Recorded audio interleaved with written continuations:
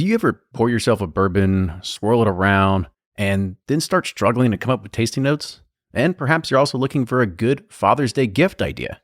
Well, you can now solve both with a kit from Knows Your Bourbon. And unlike other nosing kits on the market, Knows Your Bourbon kits feature real ingredients for the most authentic aromas. You can smell real Tahitian vanilla bean instead of some synthetic aroma that's just made from chemicals. So head on over to knowsyourbourbon.com and enter code BP10 for 10% off your order.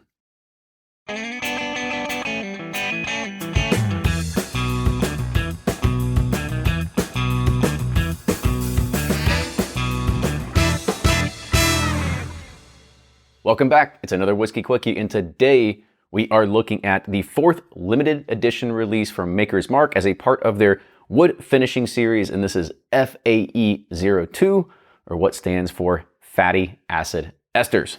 All right. I like those fatty esters. I remember when we did FAE-01, and I was like, I don't even know what this stands for, and then everybody in the comments was like, it's fatty acid esters, like do some research. I know. We're still faking it until we make it. I know. But I've been a big fan of these. These are, because Maker's is usually all about consistency, and these are like fun little one-offs, and so far they've all been great. For sure. So let me give you a little bit of the details on this one. So this, of course, follows the spring release of the FAE-01, and they had the other previous releases, which are the RC6 and the SE4 PR5. So this, again, is part of their wood science research that goes into developing these series. So these finishing staves are 10 virgin French oak staves that were double heat treated, first with infrared and then had a flame finish. It is, of course, non-chill filtered. It is non-age dated because, of course, it's Maker's Mark.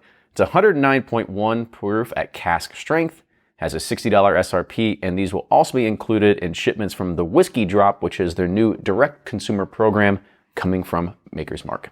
I guess one of the advantages of being next to Independent Stave is you get to have fatty ester, and whatever RC. You get all these experimental wood stuff. It's pretty cool. Call Brad Boswell over. You're like, we need some new kind of wood. Like, yeah. The other 400 variants of wood that we've tried just haven't worked out. We need the 400 first. Well, they know what they're doing. It's worked out so far.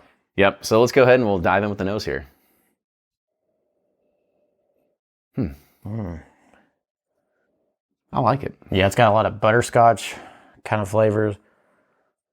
Almost like a Werther's original. Yeah. I think that's because you could fool me. This is like a 80s old granddad or something. I mean, it's close. I don't think it's all the way there. But it has representation. It reminds me of the Cuvée stave, when you made your own blend there. At, we could still make our own blend. We just haven't done it in a while. I know. Need to. Spend another 10-hour day down there. We should probably blending whiskey. Probably should get back and do that sometime soon. Yeah. All right, on to the taste here.